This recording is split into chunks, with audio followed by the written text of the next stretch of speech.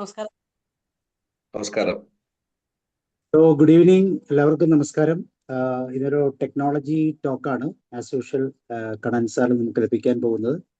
ഇന്നത്തെ വിഷയം എന്ന് പറയുന്നത് കിങ് കോൾ, കോളിന്റെ പവർ ജനറേഷൻ പ്രോപ്പർട്ടീസ്, അതും കമ്മിങ് ഫ്യൂച്ചറിൽ സംഭവിക്കുന്ന കാര്യങ്ങളെ കുറിച്ചാണ് സാർ സംസാരിക്കുന്നത്. തീർച്ചയായിട്ടും നിങ്ങൾ എല്ലാവരെയും സ്വാഗതം ചെയ്യുന്നു. അതോടൊപ്പം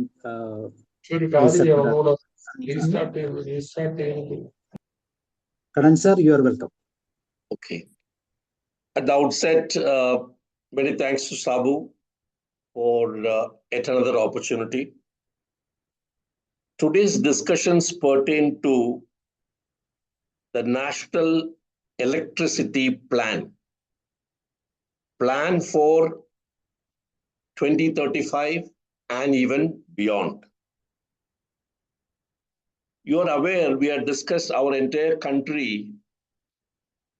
has one grid which is supplying synchronized 50-cycle supply all over India,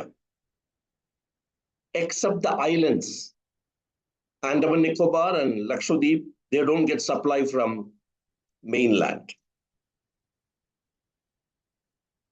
Our power sector, which today largely depends on fossil fuel like coal, natural gas, causes over 40% of our carbon emission. Our carbon emission is around 3.2 billion tons. The government has committed it'll bring it down. So the power sector needs to reduce its emission. That's a general requirement. Reduce your emission, carbon emission. You can't continue with the old practice. So we have two demands on the power sector from the government side or the national level. One, reduce your emission. Second, give more power. You must have seen in the budget, which was presented on Sunday, that the government is opening up more, especially for semiconductor mission 2.0, for many other industries. They're going to start rare earths in many states like Kerala, Tamil Nadu, Orissa. So you require more industries to come up. You require more power, but less carbon emission. So these two are a little conflicting at this point of time. And we want to look at 2035, 10 years from now, and see what will be the situation. And there also we look at 2047. So I have a presentation to make, and I will just upload to you to discuss this issue and come to some conclusions which are really eye-opening for the planners of this country, as well as many engineers who are operating in power sector. I'm aware a lot of my colleagues from College of Engineering Trivandrum are here, who have huge experience in electricity board and other electrical engineering subjects. So I will try and put across in a very simple manner for all the people to understand. So I request my colleagues, erstwhile colleagues, to bear with me if I'm speaking a little bit of fundamental issue. Okay, let me upload my presentation.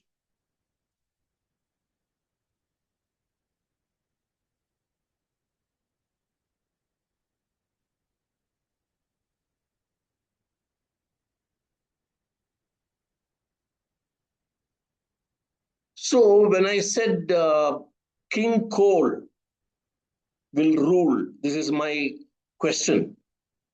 King Coal will he continue to rule till 2035 or even 2047 is the question. And we will have an answer by the time we finish our discussion. I'm calling King Coal as King Coal because he has been ruling power sector for last 60, 70 years. Let's go. But before I get into our power generation issue, some basic electricity issues I'm going to discuss. One slide for the benefit of people who are not so much knowledgeable on technical issue. Okay. So some basics. As I told you, our entire country is connected by one grid. That I've already told you. Second, the unit of power is watt, but there are higher denominations. When you talk of somebody's house, it will be in kilowatt. If you're talking of some institution, say for hospital, then it could be in megawatt. If you're looking at some part of the grid, it'll be in gigawatt. And if you're looking at the whole country, it would be in terawatt. So these are higher denominations of watt, because this will come off and on in the presentation. So gigawatt and terawatt, etc., are some huge quantities of watts. They are higher denominations. Domestic electrical appliances which you buy, refrigerator, AC, are normally indicated in kilowatt, how much power they need. So let's say you have an AC of 1 kilowatt rating in your house, in one of your rooms. That AC wants 1 kilowatt of power. 1 kilowatt means 1000 watts of power. It wants. If you run this AC for 1 hour, it consumes energy of 1 kilowatt hour. And that is your standard unit in the KSEB bill. When you see KSEB bill, it will be saying so many units you're consumed. Actually, the unit is kilowatt hour. If you run your AC for 1 hour, which is a 1 kilowatt rating, then it will take 1 kilowatt hour energy. So see the difference between power and energy. AC needs 1 kilowatt power, but when you run it for 1 hour, it is 1 kilowatt hour energy. So energy is power into time. Just remember this, because you will find some graphs and all being shown, which is sometimes an energy. And we'll talk about why we have a different source of energy, etc. Right? Now, the same thing, I said kilowatt hour. It can extend to gigawatt hour. It can go to terawatt hour. Whatever is the wattage multiplied by hour is energy. Just remember that. Okay, I finished with the basics engineering. You have to just remember energy is power into time. In your house, the meter is fitted. It's called the energy meter because it measures how much energy you consume, and your bill will be accordingly prepared. For 1 kilowatt hour of consumption, so many rupees will be the charge. So energy is what is your consumption. Power is the rating of the appliance or of the building or of the institution, etc., etc. Okay, so let us start our introduction to the topic. India has got 16% population of the world, and everyone, as per government, has got access to electric supply.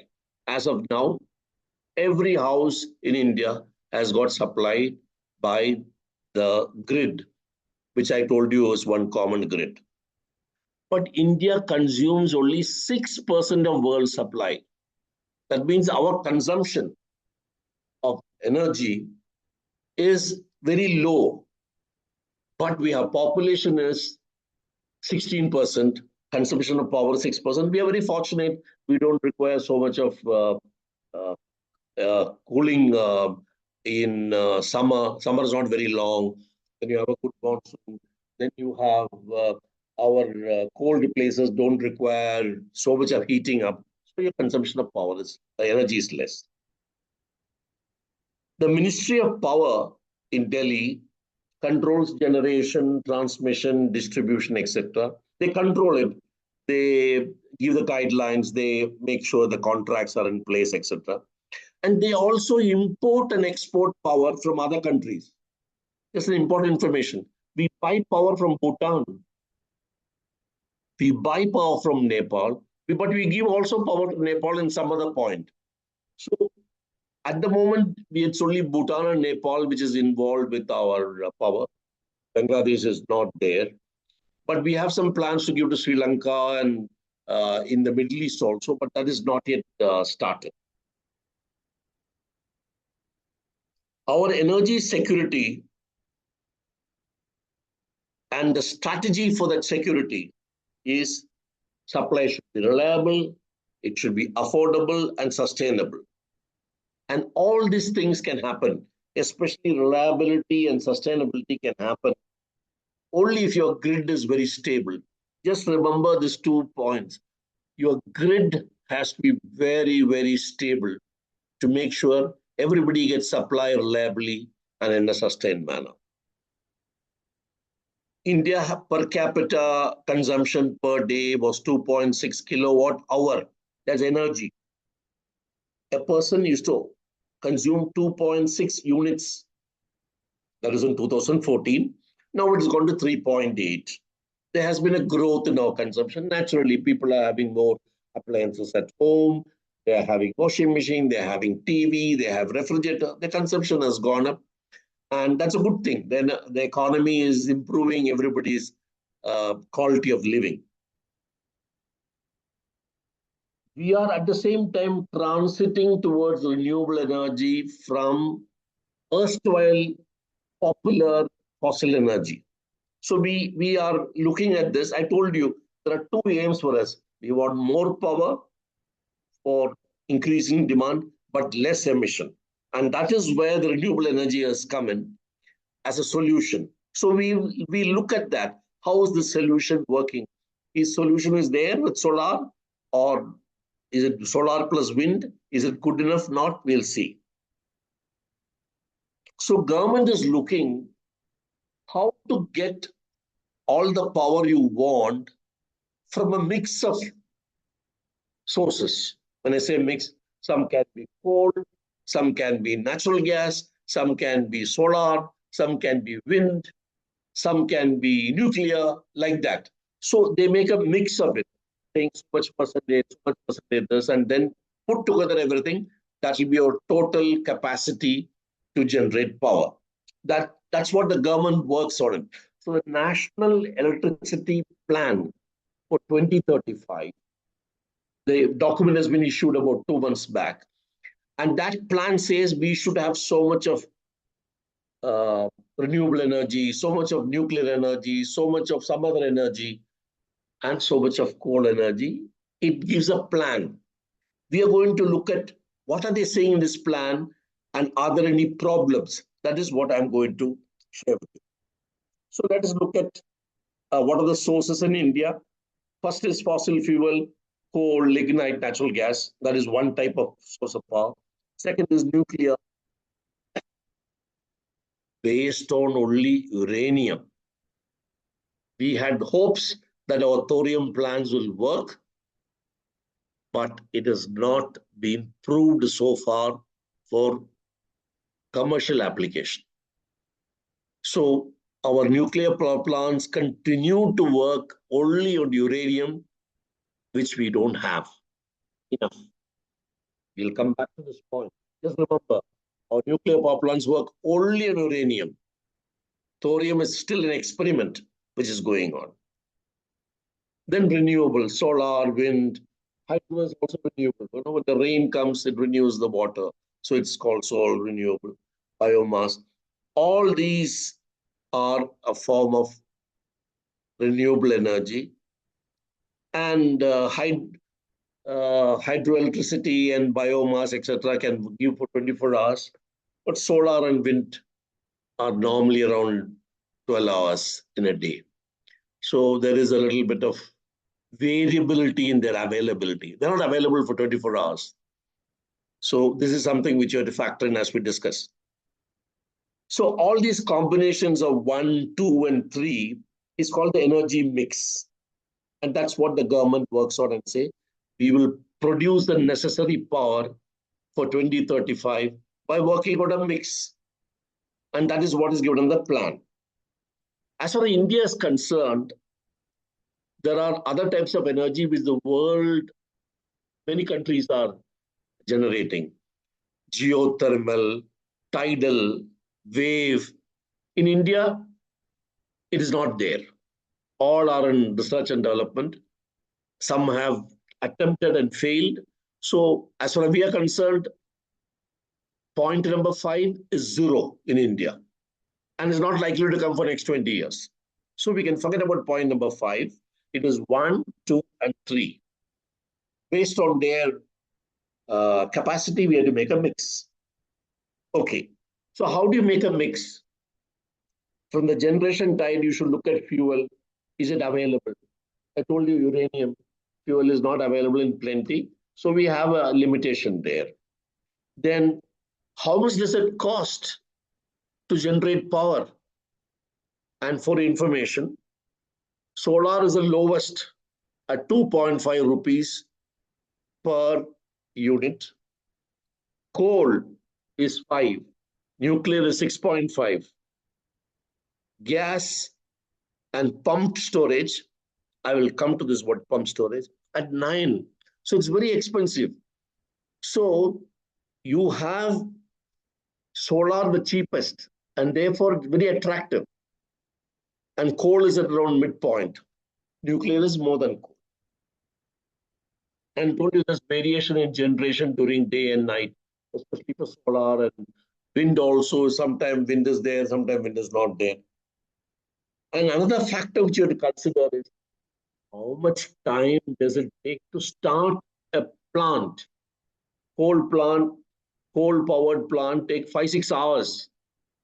Nuclear takes about 3-4 hours. Gas powered, this thing takes about 4 hours. So only after that, you can get the energy you want.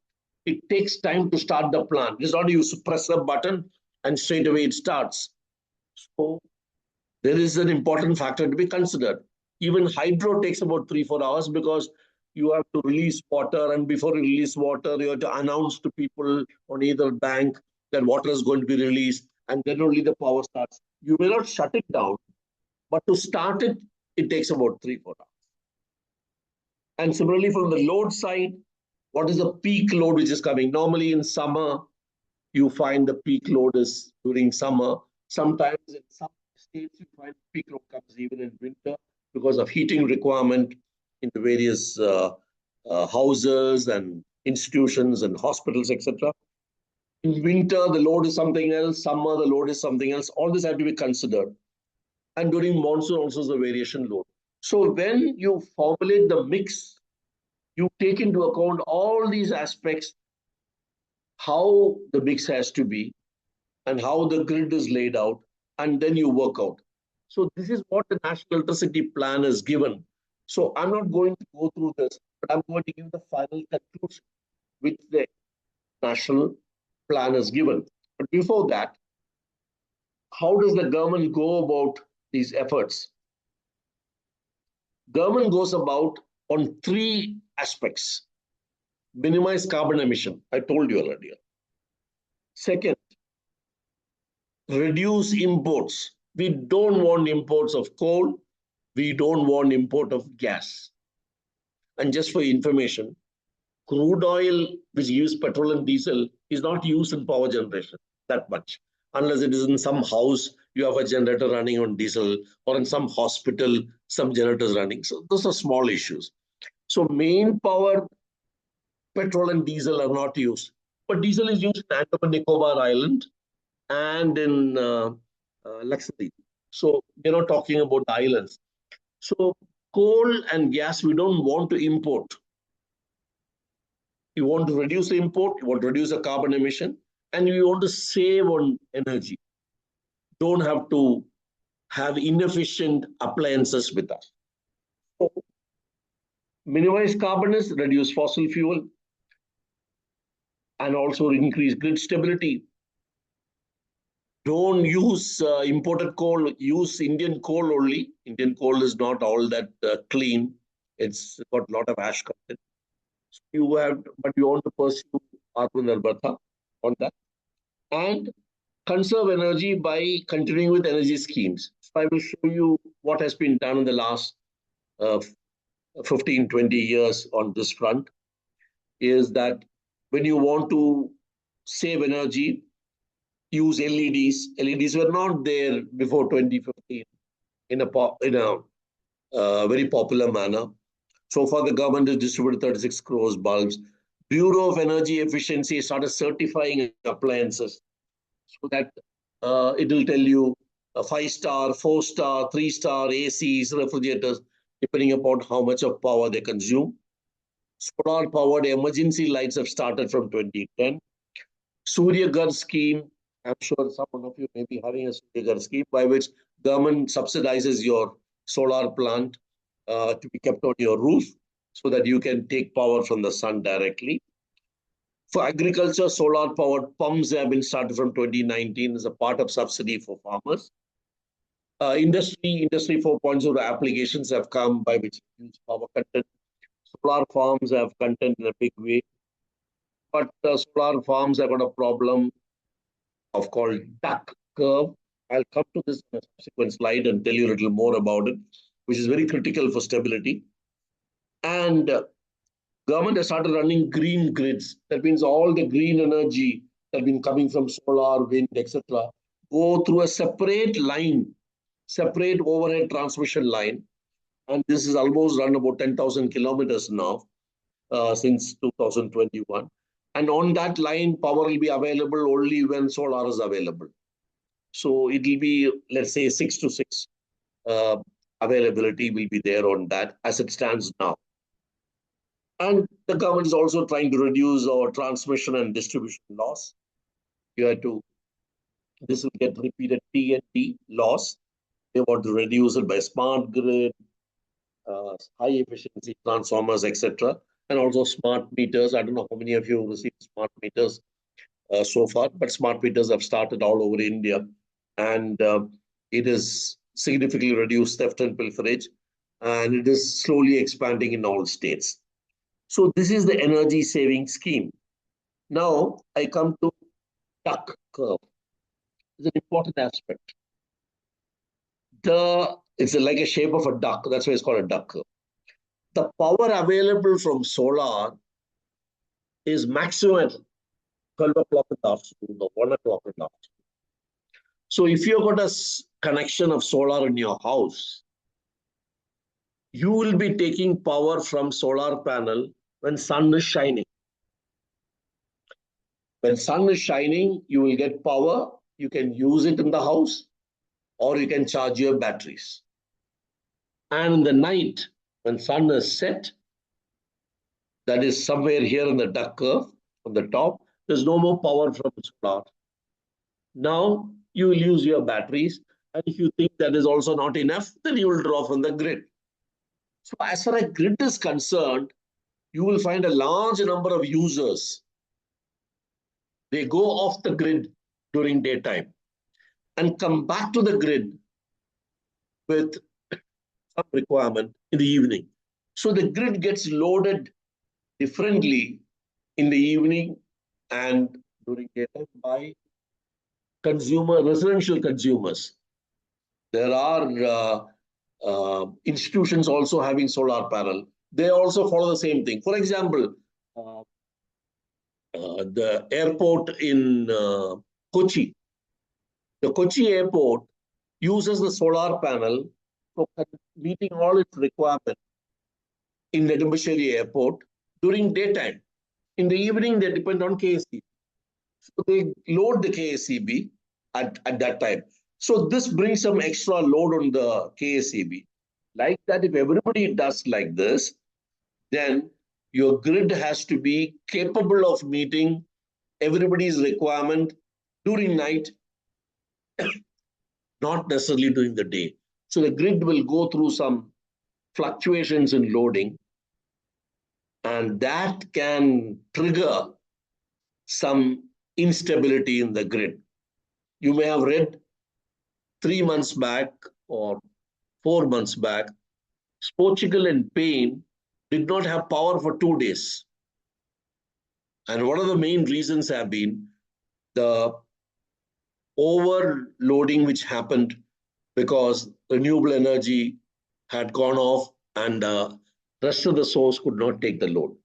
So duck curve is something which is the phenomenon of solar power. Wind is also same, but wind doesn't follow exactly the solar curve, slightly different.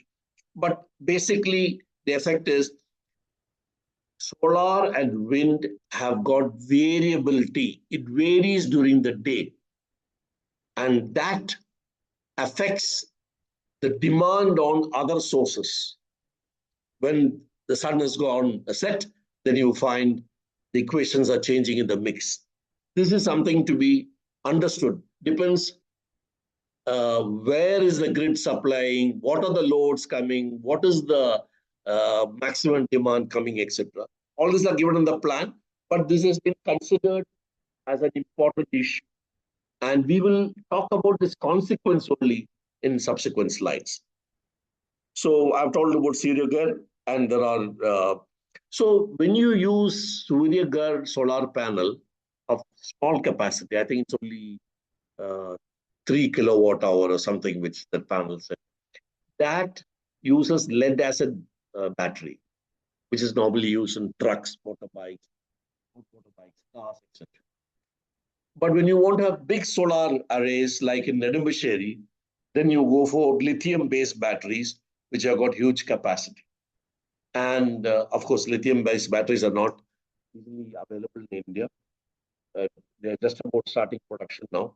So you find there is a problem with battery availability if you're talking of big power. So leave out the issue.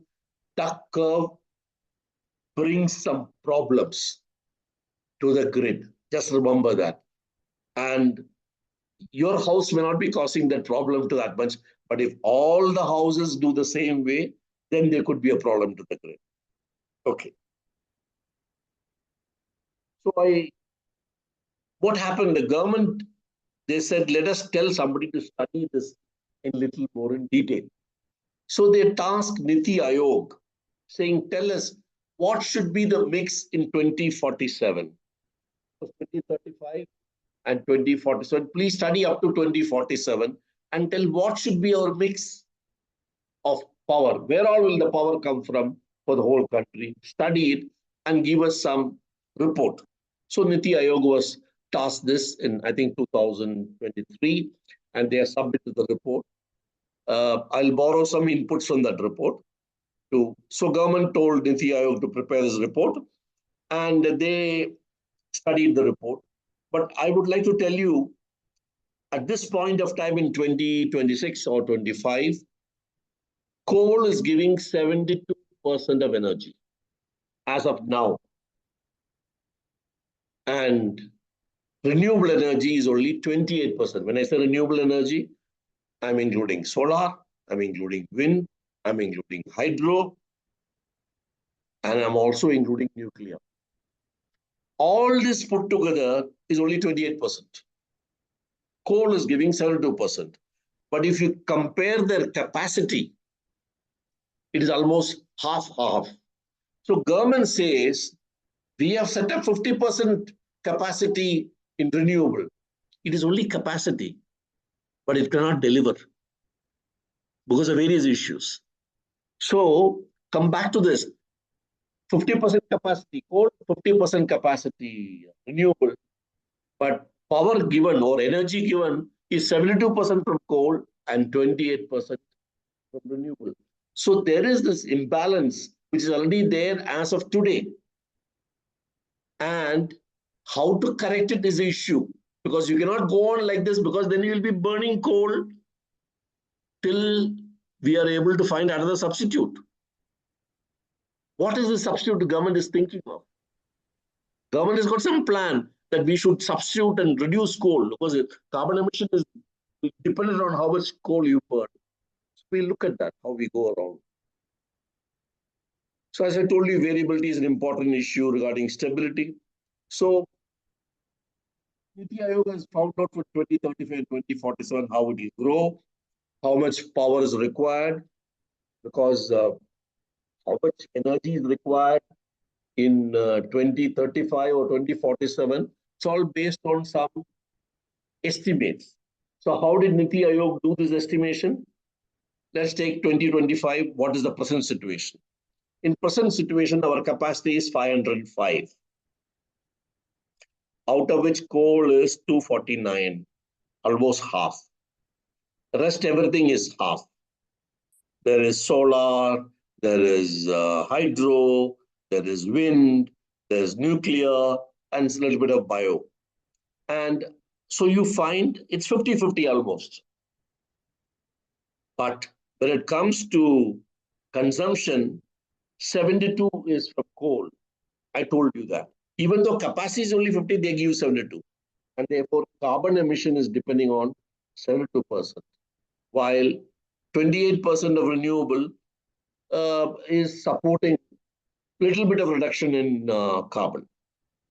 So you find that we need to increase this green color and reduce this brown color, and thereby you will achieve lower carbon emission. There are some details, but there's only one thing which I want to flag. I was surprised when I studied this. Our transmission and distribution loss today is 17%.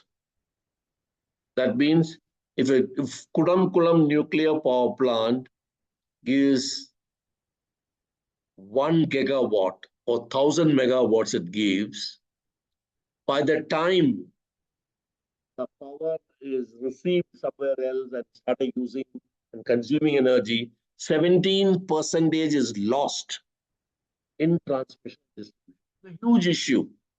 We're losing so much of energy in transmission and distribution. We should find technological solutions are required. Some are being suggested in the report, but I think this is an issue which is not going to reduce considerably, but there could be some reduction. I'll touch upon this as we go along. So let us look at what have been the three sources of electrical energy in 2025. And in 2025, I'm saying first is coal. I told you emission is high.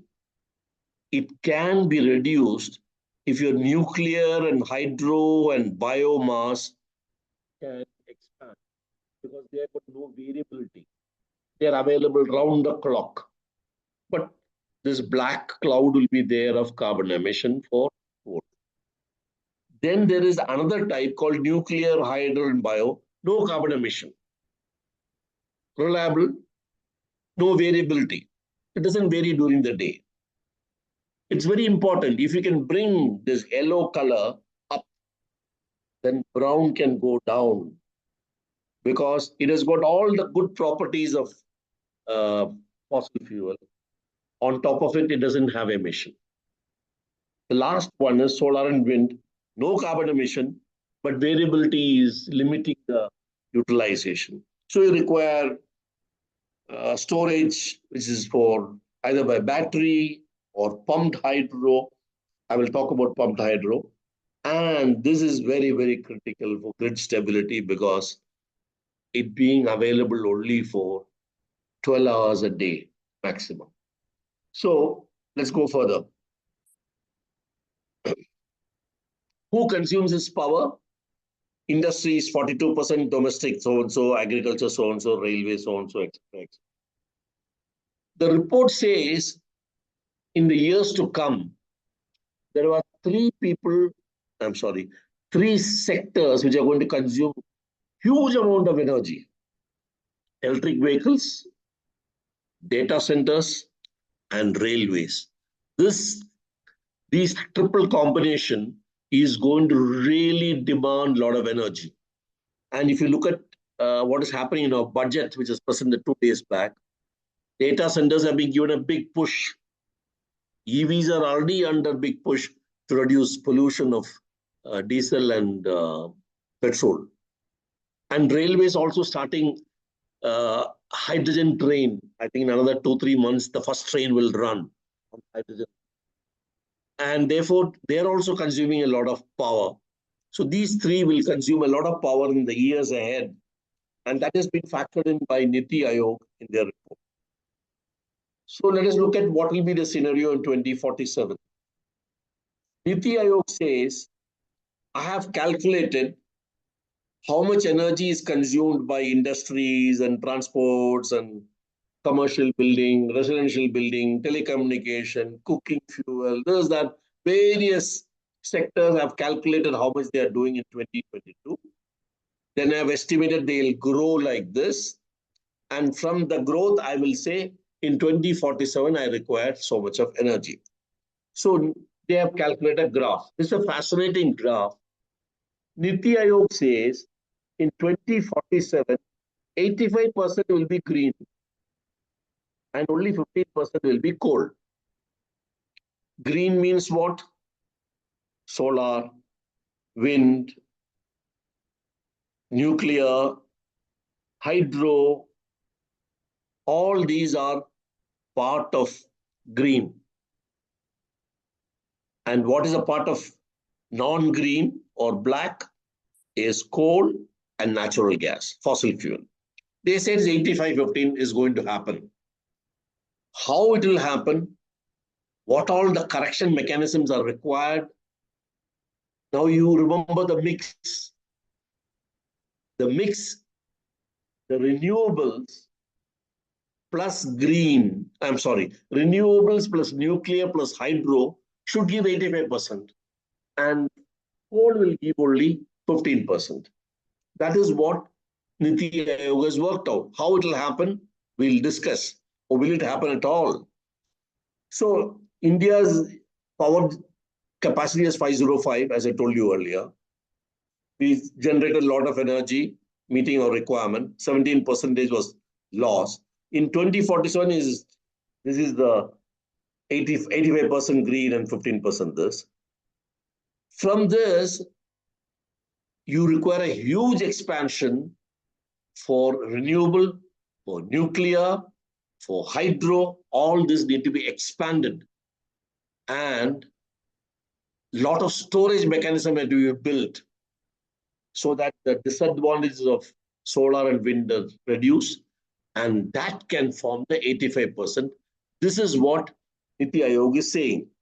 So let us look at what will be the first step. Let us take 2035. In 2035, as per National Electricity Plan, 249 coal gigawatts will become 307. That means they'll produce a bigger black cloud of emission. There's no doubt about it. This is what the capacity is being said. And we presume the utilization also will be more. Renewable is also going up. Renewable but not variable. Nuclear, hydro, etc. will also grow from 76 to 154. They're going in the correct direction. Green also going in the correct direction. Total will, what was 505 will become 1,000 something. We'll double our capacity. But emission is not reduced. Emission is not reducing enough. And I'll tell you why emission is not reducing.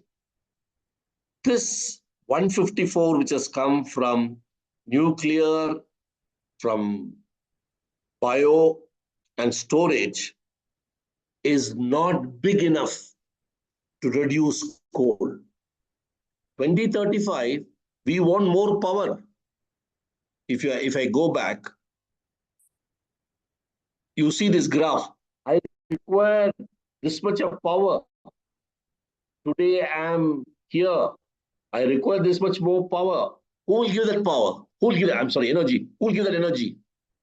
Whatever hydro, nuclear, etc. are doing, that is not good enough. It has to be only coal.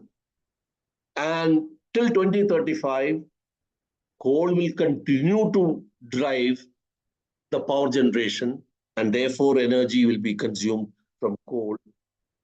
More carbon emission. Okay. Now, the report also says India will require 1 terawatt power by 2035. I told you sometime back, it is 1,000 gigawatts. 1,000 gigawatts is 1 terawatt. So 1 terawatt. So this capacity should be there. So they broke down, I'm talking about the National Electricity Plan. whatever I told you, the previous graph, 307 coal, something else, and nuclear is still very low in this report. Why? Today, nuclear power in India is producing only 9 gigawatts. 9. Today, total capacity is 505. Nuclear is 9. Only 9. About nuclear power plants are coming in 2-3 places. If they all get completed by 2035, then nuclear will be 25. Nuclear is going to be 25 gigawatts in a total of 1,000 in 2035.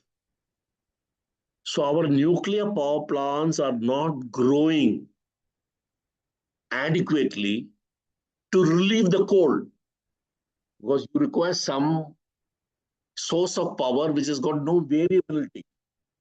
And the no variability can come only from nuclear, hydro, or storage. So this is an issue. And one of the important points is that we should have more nuclear. If you recall, last budget, government said we will produce 100 gigawatts of nuclear power in India. I'm saying in 2035, it will be only 25. When will the balance 75 come before 2047 is something which we'll have to face the challenge, how we are going to do it. So nuclear is not going to help us much, is my conclusion, and I will substantiate with some details in the subsequent slide. So in 2047, as per Niti Aayog, he'll say we'll manage all this. Nuclear will be 100, hydro and pump storage will be 115, coal can come down, total can be 2 terawatt, etc. And this will be the distribution of energy. But the whole thing depends on how hydro pump storage and nuclear can be developed in the country.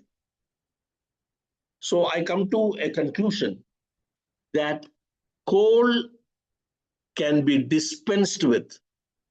Some portion of coal can be dispensed with only if nuclear is built up and storage is built up. Energy has to be stored. Electrical energy has to be stored. How it is going to be stored? Battery is one way. How many batteries, huge capacities can you build? So I will talk more about storage. So we will reduce the whole discussion.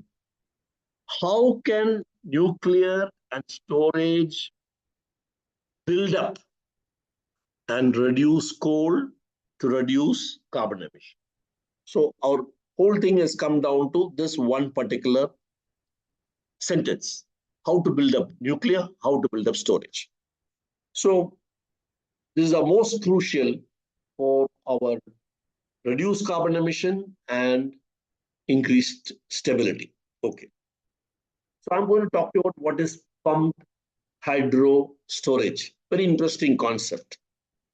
There's a reservoir here. Let's take it as Idiki. So Idiki releases water. When it releases water, the generators there produce electricity. And you get power and you can draw energy from it. The water goes down and finally it'll go to some river and go to sea. What pumped storage is, it takes water from here and pump it back to Idiki. You understand? That means this water which has already been used for generation of electricity in the turbine is flowing down. From there, you draw water and pump it back to Idiki. This pump will work on electricity. For that, you use solar. So during daytime, when solar is available, you pump water from the channel and take it back to Idiki. I'm giving Idiki as an example. It can be any hydro energy plant, and pump it back. And then you will continue to get electricity by releasing the water. Again, you pump it back. And these can happen simultaneously. When you're releasing water, water can be pumped on top. So scientists have estimated that efficiency is around 70% because you're getting free electricity from sun to pump the water up. And you will release the water and generate new electricity. So this is called pumped hydropower storage. China is doing in a very big manner to overcome the problems of storage. They are able to store electricity, like they are able to convert hydro plants to run for longer days and months by just pumping water back to the reservoir. Is as good as rain is falling in the reservoir through this pipeline. So this has been done in India. I think 2-3 places they have tried out. It's working satisfactorily. Government is hoping that they'll be able to do this in a big manner in India, and thereby storage by pumped hydropower can be used. So renewable energy, which is coming from the sun, drives this pump. Water goes up, water is released, and becomes electrical energy from hydro plant, hydroelectric plant. It is not from solar. Solar is used only to run the pump, but finally it is by hydroelectricity which you get. They say the efficiency is around 70%, and by doing this, we'll be able to reduce the impact of variability of solar significantly. So pumped hydro is one solution which we have to do in a very big manner. For every dam, everywhere there is a hydro electricity plant, we have to look at this, whether we can do it, and that pump can be run with solar power. Next, our target is 100 gigawatts from nuclear by 2047. It's been announced in the parliament last year. We will do it, or we'll work towards it. And I have got some submissions to make on that. 100 gigawatts from nuclear power. Today it is at 8. We have to go from 8 to 100 in the next 22 years. So government said we got some plants which are being built now. They will all get completed by 2035. So by 2035, we'll have 25 gigawatts. We are today 8, will become 25 in another 7-8 years. But we have reached 100 by 2047. So how do we do it? All our plants are running on uranium at this point of time, and we don't have enough uranium to feed all the plants. We have to import. And you can import uranium only if it's given by nuclear supply group. And nuclear supply group will give you uranium only if that plant is subjected to inspection by them. There are some plants in India which are not under inspection by nuclear supply group.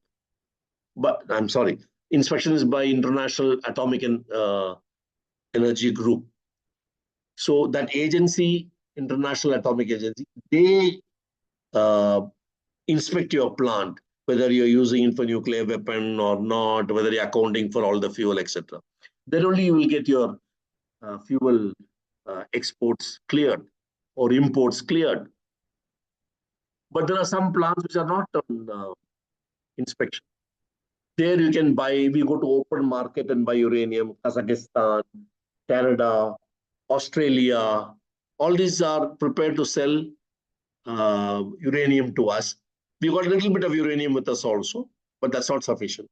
So we can run. I'm assuming between 2035 and 2047, we will build some more nuclear power plants which will create 25 gigawatts more. Earlier it was 25, now 25, so it becomes 50. Our target is 100. Now, thorium. We have been struggling to make thorium-run nuclear power plants for the last 10, 12 years. It has not succeeded. Results are not good. We're not cleared it for operation so far. But I'm assuming it will get cleared in 2027.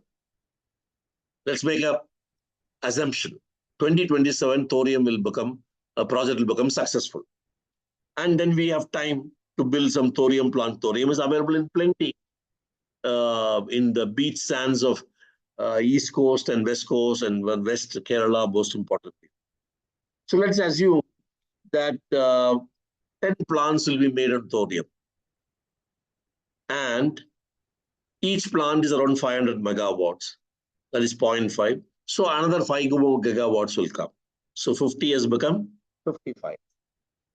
Now a new concept has come. You will make small modular nuclear reactors. It's called SMR. And their design is going on in India. Let's assume design will happen in another 3-4 years' time.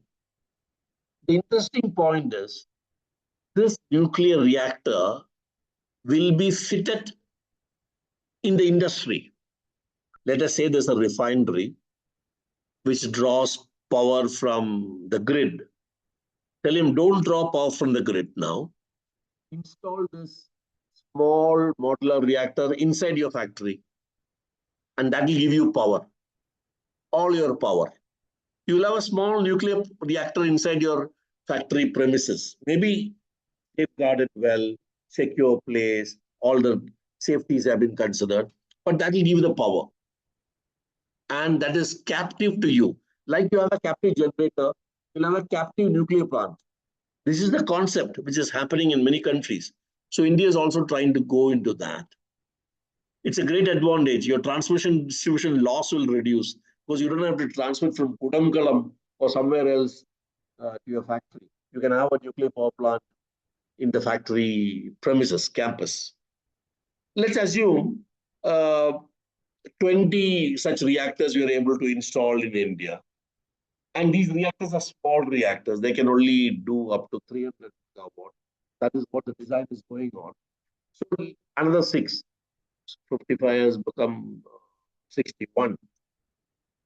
So all this put together, okay, I think I mistook somewhere. 25 plus 5 plus 56 is 56. We have a shortfall of 44. This is not 46, it's 44. 44 gigawatts. Where do we go? How do we do it? There is no uranium available for expansion. There's no thorium successful for another 2-3 more years. Small reactors are yet to be designed.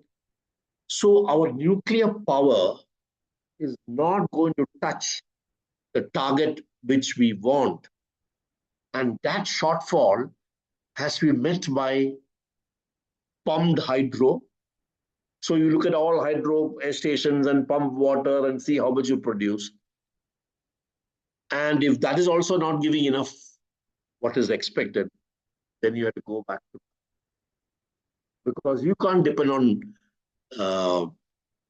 battery storage and solar and this because of variability issue. Of course, government has tried to do a green corridor by which power is available only from morning 6 to evening 6 and factories will run only. It is okay for certain type of production process, but certain factories cannot be worked. They have to work 24 hours. So there are some issues. So as I see it, there's going to be a problem, even though government is prepared. They have passed the Shanti bill by which private industries can build and operate power plants, nuclear power plants now. All those legal issues have been addressed. But on the ground, there are some technical issues which may let us down on the power generation side. So can the private industry do it? Doubtful. But assuming it will happen, our power generation, which was in 25, which I told you earlier, produced so many gigatons of carbon emission. It went up in 2035. I told you 2035 will go up, and it's come down in 2040. Assumed to come down in 2040. If all those nuclear and pump storage, etc., go as per plan, then we can control carbon emission. If they don't go, then coal will have to step in. And when coal steps in, this graph will go up because of emission. Now, so I come to my conclusions of this. India's transition may have achieved 50% capacity, but their intensity of emission of carbon emission has not been still realized because that study is still going on, but is expected to happen, but that's not much of a success. Fossil fuel is today 72%, and poor solar and other things are only 15% due to variability. It's a reality. The variability can be only countered by battery and pump storage. Battery means you have to make a lot of lithium batteries, huge batteries as big as this building. You have to have battery complexes in various places and store the battery electrical energy. And next day you can release it while it is charged by the solar panels and pump the water, which I already discussed. So reducing coal can only by storage and nuclear. Government's 2047 target seems to be very ambitious for nuclear. Pump storage, I'm not very sure how many hydroelectricity plants presently working can be converted for pump storage. It should be possible because the modification is not that difficult, but it is something which no clarity has come on this still. How many of the plants will be converted to pump storage. But if they assume it, then only half the solution is come. Nuclear is definitely 50% not going to come, as per me. And that is something which we'll have to face. And we have to substitute that part of nuclear with coal, as per me. So what will happen? Import will reduce of coal because we have contained pump storage to substitute coal. We'll use Indian coal, which unfortunately emits more carbon. Can't help it. If we don't want to import coal, we have to use Indian coal, which is available in plenty, but more carbon emission. And natural gas is very expensive, and we can't afford it. Whatever natural gas we produce in India is enough for meeting the other requirements, other industrial requirements for running auto rickshaws as CNG, compressed natural gas, or some small power plants. But major power plants which we have set up on gas, we cannot run because we don't have enough gas. If you buy gas from abroad, it's very, very expensive. You have seen it's almost 9 rupees a unit for getting power out of gas-based plant. So we have a situation that coal may have to continue as king even in 2047. So till nuclear and storage targets are met, king coal will continue and carbon emission may not get checked. If you have watched the budget day for yesterday, there was one statement by finance minister saying we are allocating a large amount of funds for carbon capture and suppression systems and storage. What is this? This is means in the exhaust which is coming out of coal power plant, we will have technology to remove the carbon out. Carbon capture world over has not been very successful till now. They're looking at various technologies, how chemically you can absorb this carbon. But India is hoping that they will be able to get a technology either imported or developed in India, and carbon capture will reduce the carbon emission. I thought it is a backup plan that if nuclear doesn't succeed, pump storage doesn't succeed, and coal comes back to the lead role, you will have the carbon capture coming into the factory, power plants to capture the carbon so that it is not released in an uncontrolled manner to atmosphere. I think only in another 4 or 5 years, only the picture will become clear. But I just want to share with you that on carbon emission side and air pollution side, we have got some worrying areas ahead. Ladies and gentlemen, thank you very much. Jai Hind.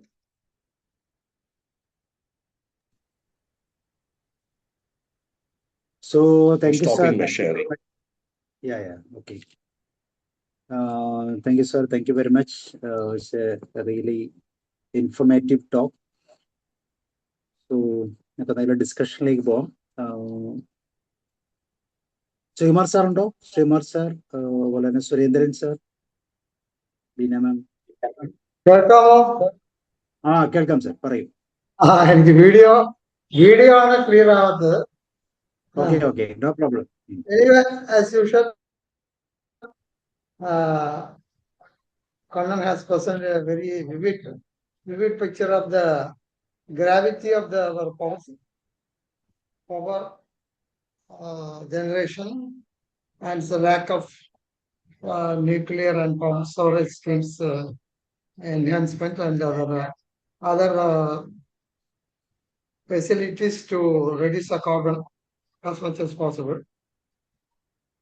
As he says, still it is a very grim situation to bring it down. The last point he was saying that to carbon absorption, that's a good idea. How far our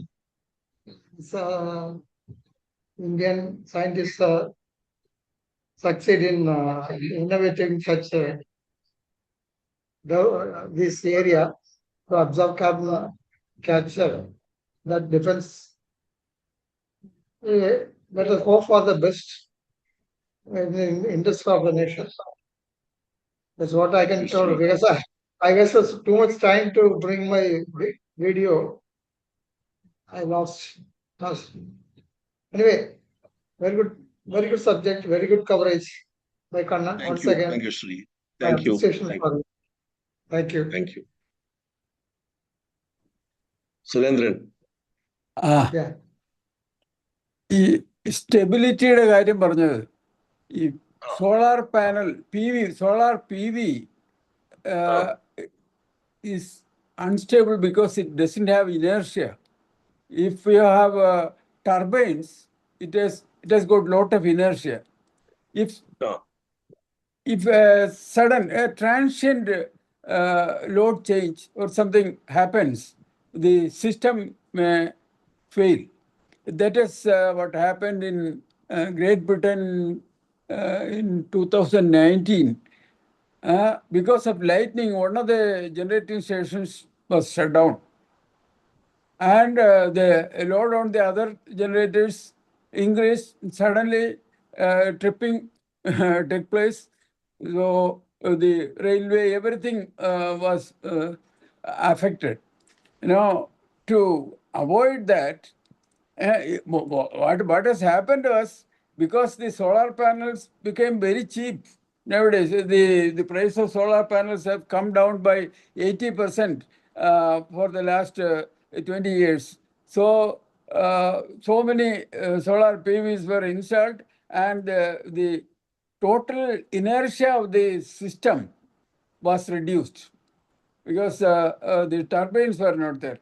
Now, what they have done to solve that is to install a flywheel having a weight of 160 tons, 160 tons weight, and that was to give additional inertia to the system. Now, one more thing is, instead of solar PV, you can have the molten salt that is concentrated solar power. And many countries, for example, Morocco, that is in Morocco is mainly a desert area. They do not have any natural resource like oil, coal or thing. Everything was imported. Now they are producing lot of energy by solar, not only by solar PV, with the concentrated solar power. Using the CSP, they are heating the molten salt and to a very high temperature, and using heat transfer, the steam was produced and steam generators are running. And now they are exporting their additional power to Spain through cable laid in the under the sea. Yeah. Now in the Dubai also, they are having a I think Dubai, theirs is the biggest, the tallest solar. There is a tower on top of which all the mirrors which will be reflecting the solar radiation to that to produce heat there. The salt is heated to some 600 degrees Celsius. And that salt is used for transferring heat to the Water steam to steam, turbines. water to steam. Produce steam, Yeah. and it is used. Now in India also, the national NTPC has invited tenders for these CSP plants. And they say that we have the capacity to produce up to 700 gigawatts of solar power in India. Rajasthan and Gujarat are the main areas where they are proposing.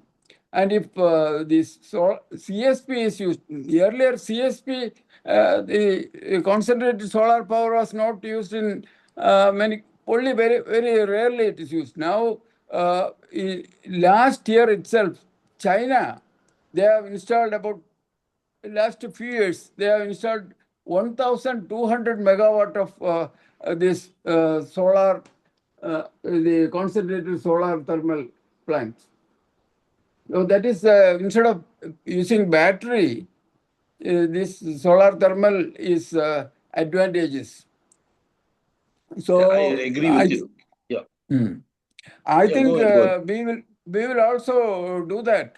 The NTPC has invited tenders, but we don't have any solar thermal plant in India. We have in Rajasthan some 1 megawatt or so, very small one. That is a Yes. private parties using it for their purpose only. Yeah, And that's correct. so Con- for the sake of stability, we cannot use the solar PV alone. If you are using solar PV more, then the inertia will be reduced, the problems will arise. Now, That's right, that's in some countries, they are converting the coal power turbine to hydrogen turbine. That is, General Electric Company has developed a new technology.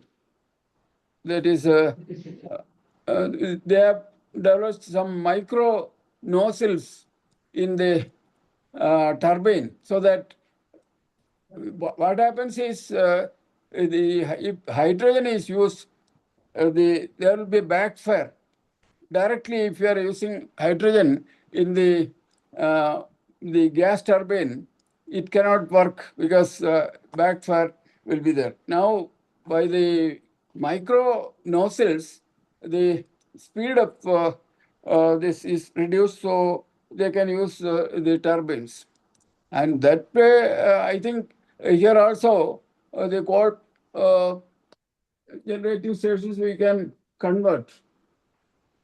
So what you're saying is solar energy will be used for running electrolysis plants, which will produce hydrogen, and that hydrogen will be used to run a generator. Yes, that is Am I one. right? That is correct. Otherwise, the solar thermal plants will have to be used. There, the molten salt will be used, and so these two are promising. Correct. So solar I'll just touch upon the flywheel. Flywheel is a very old technique of storing energy, a mechanical method of storing energy, and I'm aware that flywheel has been used to sort of improve the inertia deficiency which was there. But as regards hydrogen being used from electrolysis plant, I have not come across any literature on that. And the Niti Aayog report or the National Electricity Plan doesn't talk about any of these technologies which are being attempted in other countries. Maybe in another 2-3 years' time, when they revise this entire project methods or technologies, I suppose new technologies will come which will improve the situation. We cannot afford to go the cold way. We have to find a solution. The That is flywheel the energy, that is not very old, because flywheel has been used in other engines and all for inertia. But for the power system as a whole, that is in terms of megawatt range, only recently the flywheels have been used. In China, they are having. I agree with you. Agree with you. So many of these technologies talk about flywheel, or be it based on salt, or be it based on hydrogen run generators. I think they will take 4-5 years more before they can get de-risked for large application, and perhaps something will come to India. I hope it will come to India. Hello, Sri. No, it is somebody else. Sorry. Okay. Thank you. Okay. Sabu. Yes, sir. Sir, pumped hydro power storage. That Kerala is very applicable, isn't it? It is applicable anywhere. Kerala, you can do it. Kerala is richest resource of water, you know. So many dams are. No, I don't know how many hydro power plants are there in Kerala. I have not done a study on that, but I think there are 3 or 4 in Kerala, hydro power plants. Hydro power plants are there, but pumped storage plants are not there. There is proposal in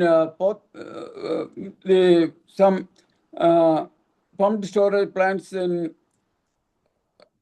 Kerala, Idiki.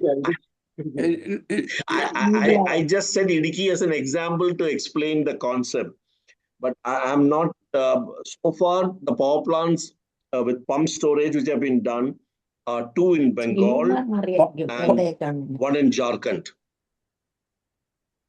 Yes. So they have been attempted. Nagarjuna Sagar 700 megawatt is there. Nagarjuna Sagar. That Pump was storage. 1970 it was installed. Nagarjuna Sagar. No, I don't think that was pump storage. Yes, it is pump storage. You can Google and see. It is a pump storage established in 1970. Nagarjuna Sagar. That is the first one. Are they recycling the water? Not actually. There should be 2 levels. The picture which you are shown, a generator separate and pump separate. Actually, it is not like that. The pump itself will be acting as turbine, and the motor will be acting as generator. So okay, fine. That's a detail of the configuration of equipment. But the fact is, after the water has driven the turbine, which is allowed to flow down and flow into the sea through some river, etc., that can be brought back to the reservoir and used again. No, not to the same reservoir, separate That's what I reservoir. said. Go, bring it back to the same reservoir and used again. You can keep doing it. No, But I don't think Nagarjuna Sagar is doing that. Nagarjuna sorry, Sagar is Nagarjuna there. Sagar, to my knowledge, is pumping up water from river to a dam which is much higher, and that is being used to release water to many of the eastern parts of Andhra Pradesh. And in the process, they are also developing electrical energy. If you see Pallavaram project, it is something similar. You pump up water from a lower level to a higher level to a reservoir, release the water to flow by gravity to certain parts of Andhra Pradesh on the east coast. And there, when you are releasing the water, you can generate electricity. Sorry to intrude, Kannan. Actually, we have 3 dams in Idiki,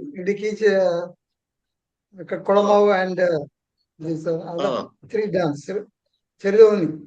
So they are at different levels. This concept can be adapted in Idiki had we the substations construction nearby these stations or any other sort of, as you said, SMR. It is We can possible. do this. But Sri, let me tell a very bluntly some issue. Generating more power in Kerala, there aren't any takers for power. There are no great industries which want that much of power, number one. And Kerala at this point of time, which is also with the southern grid is flush with power because of Kudankulam. So at this point of time, the demand for power is less. And there's no meaning generating all this power. I'm just thinking loud. Generating all this power in, let's say, in Idiki, who's going to use that power? You are not correct. Right? The demand here is more than what is possible to generate in Kerala. Srikumar knows. The demand in Kerala is power more. from Tamil Nadu? Yes, we are getting power from Silchar also. No, And that's what I said. The southern grid of India, I think it is flush with power. It has got more power than what consumption is. So it's a good point which you're telling me. I think a study needs to be done for the 5 regional grids, who's having extra power and who's not having extra power. I would think the southern grid has got more power than what it wants. So they're able to give the power. That may be the reason there is no power cutting in Kerala. No, quite possible. There is no power because the other side, north, west, east, etc., they have less power than what they have in their grid, in their regional grid. That is how India decided to have a common grid. I don't remember the year. They had north, west, east, northeast all joined, and south was not a part of national grid. It is only much later the southern grid was joined to the national grid. Now all 5 regional grids are a part of the national grid. All are synchronized on frequency. Okay, this is another topic. I don't know whether pump storage is required for Idiki or not. I'm not sure whether it is required or not, but it is feasible to do it. Already sanction has been given in 100 megawatt Mudirapuzha and 30 megawatt in Manjapara in Wayanad. So already they have given sanctions for These are all pump 30 megawatts and 100 megawatts are technology demonstrations rather. No, that is not additional power. That is only storage. So just to meet the peak load. Yeah, okay. So that's perfect. See, no, I have an issue on this. If you are going to say I'll have pump storage to increase to meet peak load, that doesn't happen because the hydro plant, electricity plant which is set up has got X gigawatts power or X megawatts power. That is not going to change unless you No, have this additional. now additional is like this: the pump which is working as generator, so additional power is there at that time. So you So are having an the additional hydro plant. no, You not have an additional additional power. power plant. The You have an additional power plant, but you use the water which is flowing down and bring it back and use it. That's it. not only water, the energy which was surplus earlier is used for pumping. So the energy storage, that is only for storage, not for additional power. Storage, Storage, just like storage, battery. as I understand, is in the form of potential energy Yes, of yes, water yes. in the top reservoir. Yes, sir. No, Correct? not the same reservoir. It is It a could be some other separate. reservoir also.